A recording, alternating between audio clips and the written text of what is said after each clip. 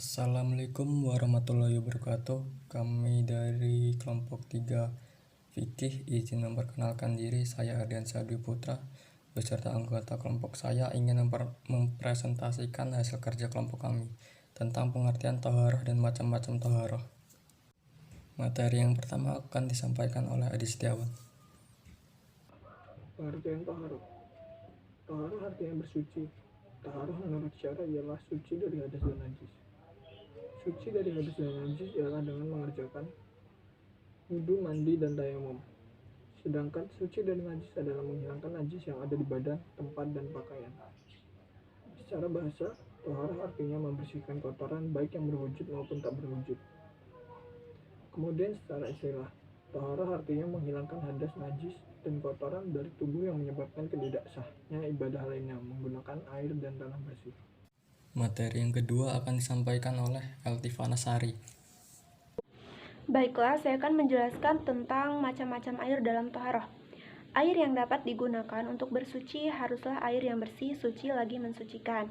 Air tersebut bisa berasal dari bumi, seperti air tanah dan air laut yang masih murni dan belum pernah digunakan atau bukan bekas pakai. Jika ditelaah dari jenis-jenisnya, air yang bersih, suci lagi mensucikan ada 7 jenis, yaitu 1. Air hujan, 2. Air sumur, 3. Air laut, 4. Air sungai, 5. Air salju, 6. Air telaga, dan yang ketujuh air embun. Pembagian air. Air dapat digunakan untuk mandi, wudhu, dan membersihkan benda-benda yang terkena najis. Sedangkan air untuk bersuci sendiri dibagi menjadi beberapa jenis berdasarkan fungsinya. Yang pertama, air suci dan mensucikan, yaitu air yang dapat digunakan untuk bersuci. Air yang masih murni, baik menghilangkan hadas maupun najis, dan airnya tidak berubah warna maupun zatnya, dan tidak makruh. Yang kedua, air suci tetapi tidak mensucikan. Air ini halal diminum, tetapi tidak dapat mensucikan hadas dan najis. Yang termasuk air suci tetapi tidak mensucikan, seperti air yang berubah salah satu sifatnya, seperti air teh, air kopi, air susu, dan sebagainya. Tanah boleh mensucikan jika tidak digunakan untuk sesuatu fardu dan tidak bercampur dengan sesuatu. Contohnya seperti debu, dapat digunakan untuk tayamum sebagai pengganti wudhu atau mandi. Seperti batu bata, tisu, benda atau yang dapat untuk menyerap bisa digunakan untuk istinja. Yang ketiga, air suci dan mensucikan tetapi haram memakainya, yaitu air yang diperoleh dari gosap atau mencuri, yaitu mengambil tanpa izin. Pembagian air ditinjau dari segi hukumnya terbagi menjadi 5. Yang pertama, air mutlak. Air ini dapat pula disebut sebagai air murni karena hukumnya suci dan mensucikan dan tidak makruh untuk digunakan bersuci. Air mutlak artinya air yang sewajarnya. 2. Air musyammas, yaitu air ini adalah air yang dipanaskan dengan sinar matahari di tempat atau di wadah yang tidak terbuat dari emas. Hukum air ini adalah suci lagi mensucikan, namun hukumnya makruh digunakan untuk bersuci. Yang ketiga, air mustakmal.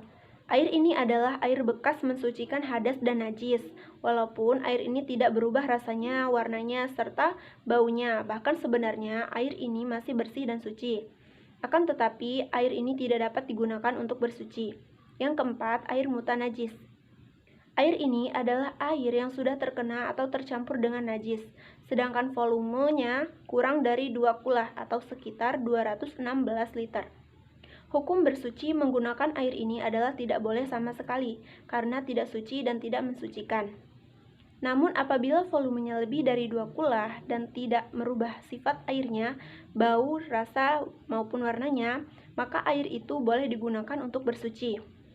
Yang kelima, air mutaghayyar, yaitu air yang bercampur dengan barang yang suci.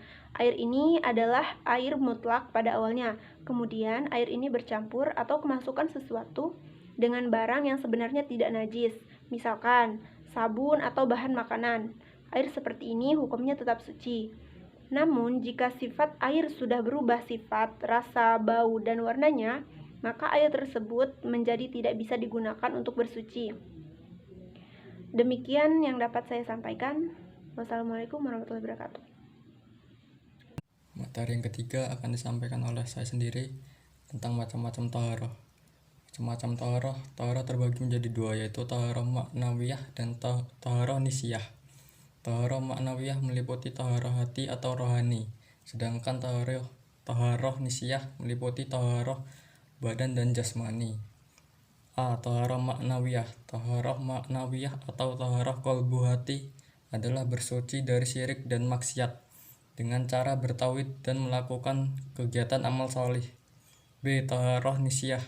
Taharah nisiyah atau taharah badan atau jasmani adalah mensucikan di bagian tubuh dari hadas, baik hadas kecil maupun hadas besar, najis dan segala jenis kotoran. Materi yang keempat akan disampaikan oleh Nelly Noviana. Assalamualaikum warahmatullahi wabarakatuh. Saya Nelly Noviana dari kelompok 3 ingin menjelaskan bentuk-bentuk dari toharoh. Toharoh terbagi menjadi dua, yakni toharoh lahir dan juga batin. Toharoh lahir artinya toharoh yang suci dari najis ataupun hadas dengan dicuci menggunakan air mutlak dengan cara wudhu, mandi, ataupun tayamum. Sedangkan toharoh batin artinya toharoh yang membersihkan jiwa dari pengaruh-pengaruh dosa ataupun maksiat seperti rasa iri dengki, sombong, menipu, ujub, ataupun riya. Ada 4 cara untuk menggunakan taharoh, yakni wudhu, mandi, tayamum, ataupun istinja. Yang pertama wudhu. Wudhu menurut bahasa artinya bersih, sedangkan menurut istilah artinya membasuh anggota badan tertentu dengan air suci yang menyucikan, dengan tujuan menghilangkan hadas kecil sesuai syarat dan rukun tertentu. Yang kedua ada tayamum. Tayamum secara bahasa artinya berwudu dengan debu, bisa berupa pasir ataupun tanah yang suci, karena tidak adanya air atau berhalangan menggunakan air.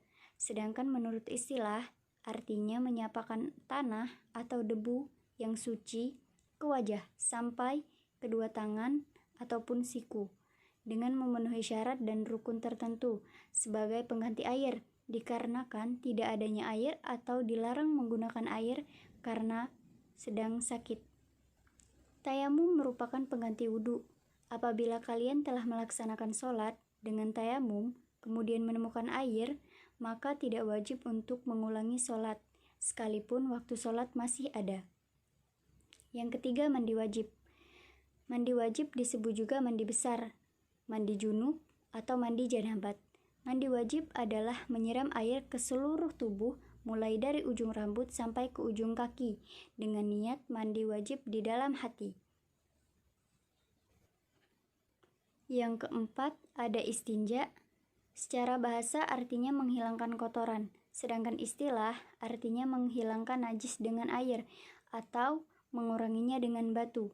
Hukum beristinja, kita diwajibkan beristinja dari segala sesuatu yang keluar dari kubul dan dubur. Alat-alat dari istinja bisa menggunakan air ataupun batu. Sekian dari saya. Wassalamualaikum warahmatullahi wabarakatuh. Sekian dari kelompok kami. Jika ada yang salah, mohon dimaafkan. Wassalamualaikum warahmatullahi wabarakatuh.